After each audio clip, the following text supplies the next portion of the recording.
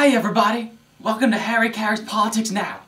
Today we have Professor Thomas O'Reilly Factor, PhD, just like the show. Hey Thomas, how you doing? How are you, sir? Not bad myself. How's the kids and wife?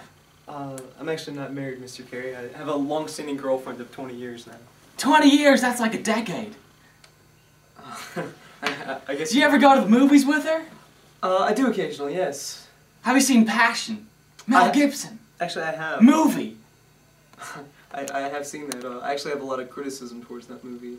I feel as if, Mr. Gibson, in the way he just showed the movie itself. You know, he directed it too. He did. I know, I just said it. Shall I continue? Okay. As I was saying, Mr. Gibson, I just believe that the violence he showed with it was really unnecessary, and he's saying that there's this wholesome message he's portraying, but I really don't see how anything wholesome can derive from that. It was from the Bible. You don't believe in that? I believe the Bible's a very historical document. It was, like 1,000,000 years ago. Yes. Moving on to another issue, aside from just the violence from the movie itself, I also feel like, he's gotten a lot of criticism for being anti-Semitic in this. I don't know if I'd go to the extreme of saying he himself, aimed this movie to be completely, against Jews, but I do believe that this movie itself could potentially, have a lot of feelings that could arise with hatreds towards the Jews. And, like Mussolini. I suppose, I don't know if I'd make that comparison between... Well, I did. Right here and now. You can do that. It is your show, Mr. Caray. I'm sorry, is this a politics show? It's Politics Now, you heard me. Caray. Okay, that's, great. I'll continue on the issue of the passion. Mr. Gibson, I have a lot of criticism towards him, and I don't want this appear to, like, be an ad hominem. Ad hominem? This is not a math show. I was not good at math. You want to explain the process of it? Ad hominem is just a term to refer to... Yeah, you divide the denominator. I know it. No, I'm sorry, it's actually a term... So you're best friends with John Caray, huh? Oh, well, I don't know if I'd refer to myself as... That's what you said. When did I say that? The New York Post. I read it.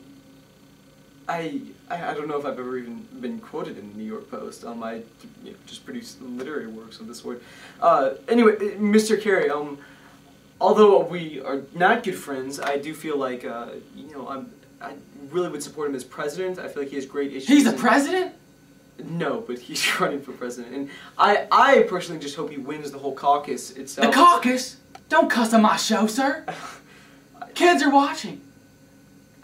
What do you want me to do about it?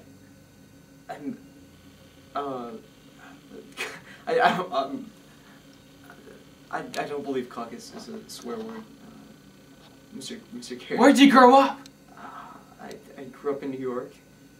That's what I thought. Is that supposed to mean something?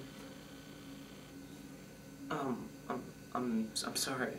You're sorry for what? Ruining the show?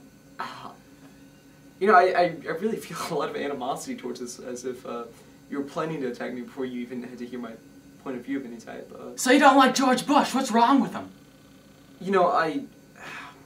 I'd say there's quite a few issues I have, just contention with Mr. You're Bush. a liberal, right? Yes, I'm a liberal. He's not, right? No. I know. I'm just testing you. You did good. 1 point for you. Okay. Thank you.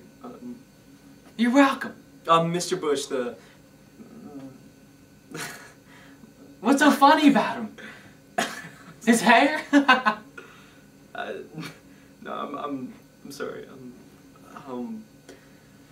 Back to the show. We're on the show. We didn't go to break. Yes, I know, Mr. Caray. Shall I continue with Mr. Bush? Yeah, against Mr. Bush. What is it?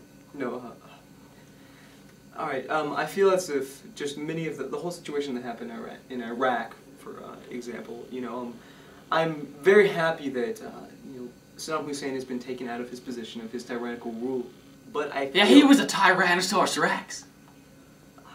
But I do feel as if the means by which we went into the war and what President Bush tried to justify these things as you know, these weapons of mass destruction were by no means legitimate reasons. We haven't found any of these weapons at all. You know, I really don't understand if there's any other evidence why we should have gone in there. You know, other than, you know, there was this ruler, but that hasn't been you know, his.